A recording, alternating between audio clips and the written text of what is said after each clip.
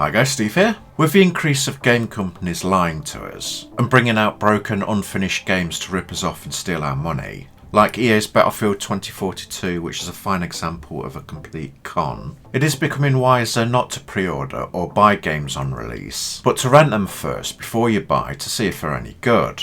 That's why on this video I want to talk about the Xbox Game Pass, as I've always thought it was very good value and I wanted to go over what you get. If you have an Xbox or a PC, you can pay an amount of money each month to give you access to a large library of games to play. If you haven't used an Xbox Games Pass before, you can sign up for your first month for as little as $1 or £1 if you're in the UK. Sometimes there's an offer on that'll give you even 3 months. So if you're short of money and a game comes out you're not sure about buying, if it's on the Game Pass you can try it out for a month, see if you like it, maybe even finish it, just for $1 or £1. Then after that it's just $7.99 a month, or $10.99 for the Ultimate Pass, which I'll go into a bit later. Okay, before I show you the games and what you get on the pass, let me show you how easy it is to sign up to it. Go to the search bar in the bottom left, type in Xbox, click on the Xbox icon, this page will load, then sign in or create an account if you haven't already.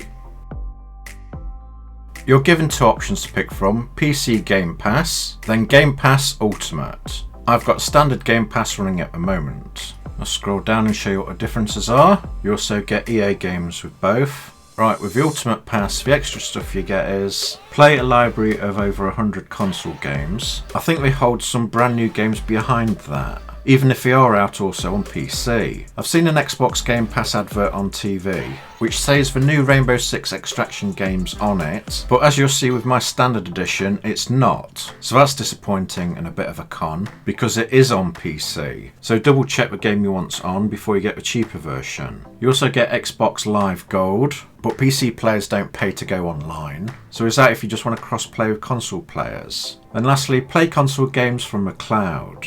So you can play most of these games on a phone or a tablet when you're out and about. I'll quickly show you the perks. You only get these if you get the Ultimate Pass. So there's different cosmetics. They're mostly skins and some premium memberships. And the odd time you get a subscription to Disney Plus. These keep changing, I think, every month. Right, now we get to the games that you get on the Game Pass. I'll show you the homepage so you can see what the layout's like. We have recently added, picks for you, coming soon section, most popular, day 1 release. So you get to play them on the Game Pass on the day of release so you don't have to buy them. EA Play, I might as well show you what's in there. It's what you get if you subscribe to EA Play. We get it free included on the Game Pass. We'll go over those in more detail in a minute. Shooters, leaving soon, so you better play those if you wanted to play it before they go. And we have all the PC games, which I'll go into now. Then the different categories at the bottom. Right, now we come to the main event. The date is 9th of Feb, and these are all the current games on the Game Pass. Way Out's a good co-op, and you've got all the Age of Empires, the strategy games, and the 4th one is just out, it's the newest. Aliens Fireteam Elite's fairly good, it's just a bit repetitive. Anthem is a complete dead game, and I don't even know why it's on here. Ark, that's not bad, I've played that quite a bit in my time. Astroneers is a really good survival. We've got Back 4 Blood, which is a new zombie shooter. Most of the Battlefield games, apart from the new crap one.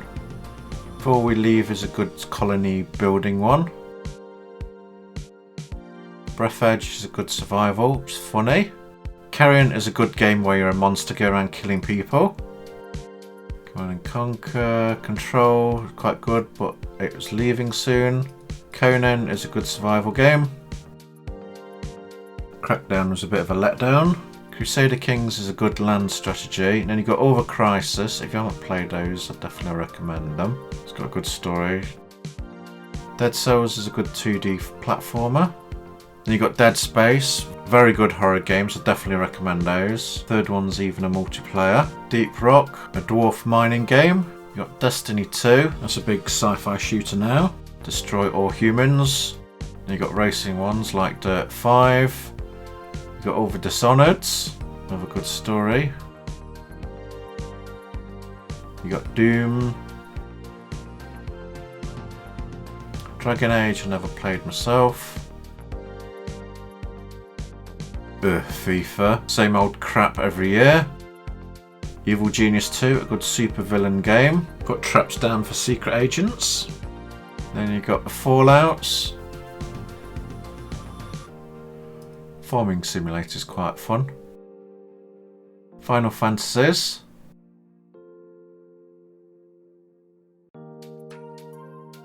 Then you got Forza 4, but more importantly Forza 5, which was out on the Game Pass on release. Frostpunk, a good city simulation game.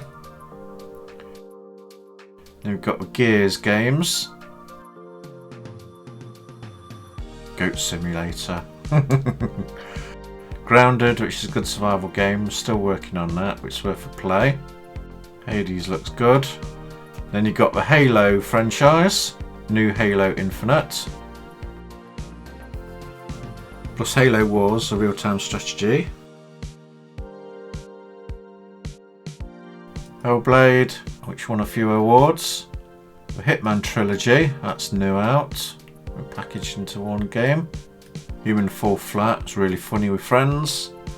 Mankind is a civilization manager, it's fairly new. Injustice, if you want a fighter. Iron Harvest, it's a fairly good strategy game. Mowing Simulator. Mow those lawns. Maneater, you go around eating people as a shark. It gets a bit repetitive. Marvel Avengers, that was a bit disappointing. Not enough bad guys. Then you got a Mass Effect franchise. MechWarrior 5 is pretty good. I definitely recommend that. Customise your own mechs. Lord of the Rings Shadow War, that'll keep you busy for quite a while. Oh, Medieval Dynasty. It's like a survival game where you've got to create your own town and your own dynasty, of course. Then you've got the Minecrafts, when you play that with a texture pack. Mirror's Edge is a jumping platformer. Mortal Kombat, one of my fave fighters. Mortal Shell is like a Dead Souls game. Fight bosses, gets a bit hard.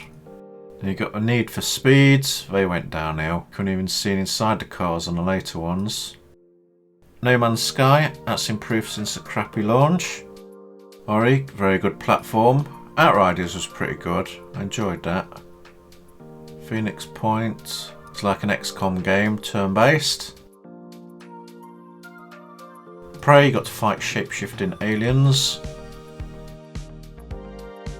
Rage 2, post-apocalyptic world. Resident Evil, Biohazard, that's quite a good one. Oh, Remnant from the Ashes is a very, very good co-op game. Definitely recommend that. You go to alternative worlds and fight an invasion. Sea of Thieves, a very good pirate game. PvP. Extinction, fight dinos.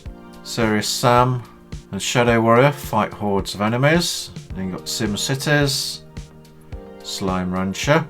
Oh, SnowRunner, one of the best driving games you can get, and hilarious if you're playing it with friends. Look for my 15 minutes of laughter video.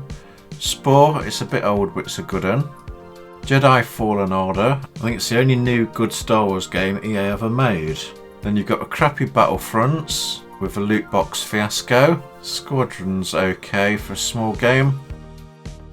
State of Decay 2, which is really good, but online co-op kept disconnecting, which is irritating. It stopped me playing it.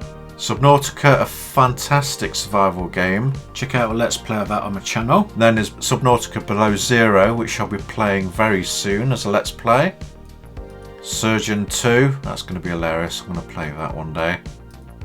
Do operations. The Ascent's a good cyberpunk shooter. You have Skyrim. Gunk's a new one as well. Go to alien planets cleaning up stuff.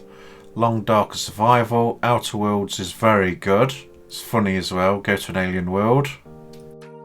Rift Breakers is a good base defense game. Titanfall 2 was really good, it just didn't pick up in popularity much. Then we've got some Sims.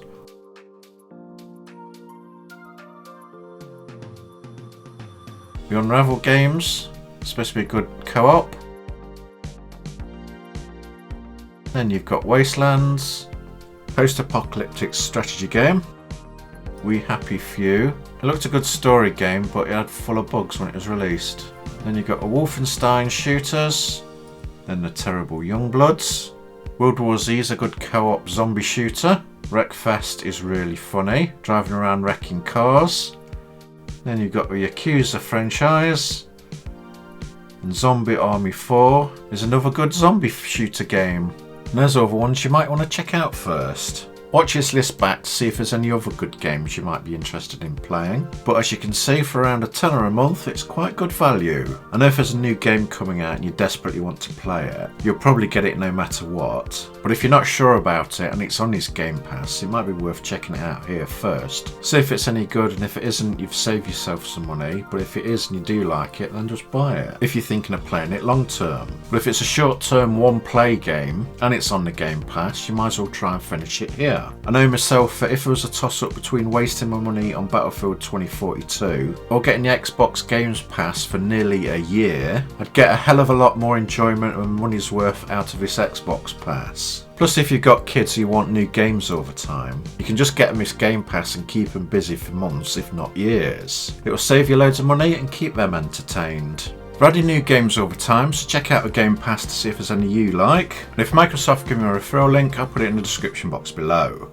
If this video was helpful, please like and subscribe. Click the bell notifications on all to get notified when I upload next. And check out the other videos at the end. Thank you for watching, and hopefully I'll see you again. Goodbye.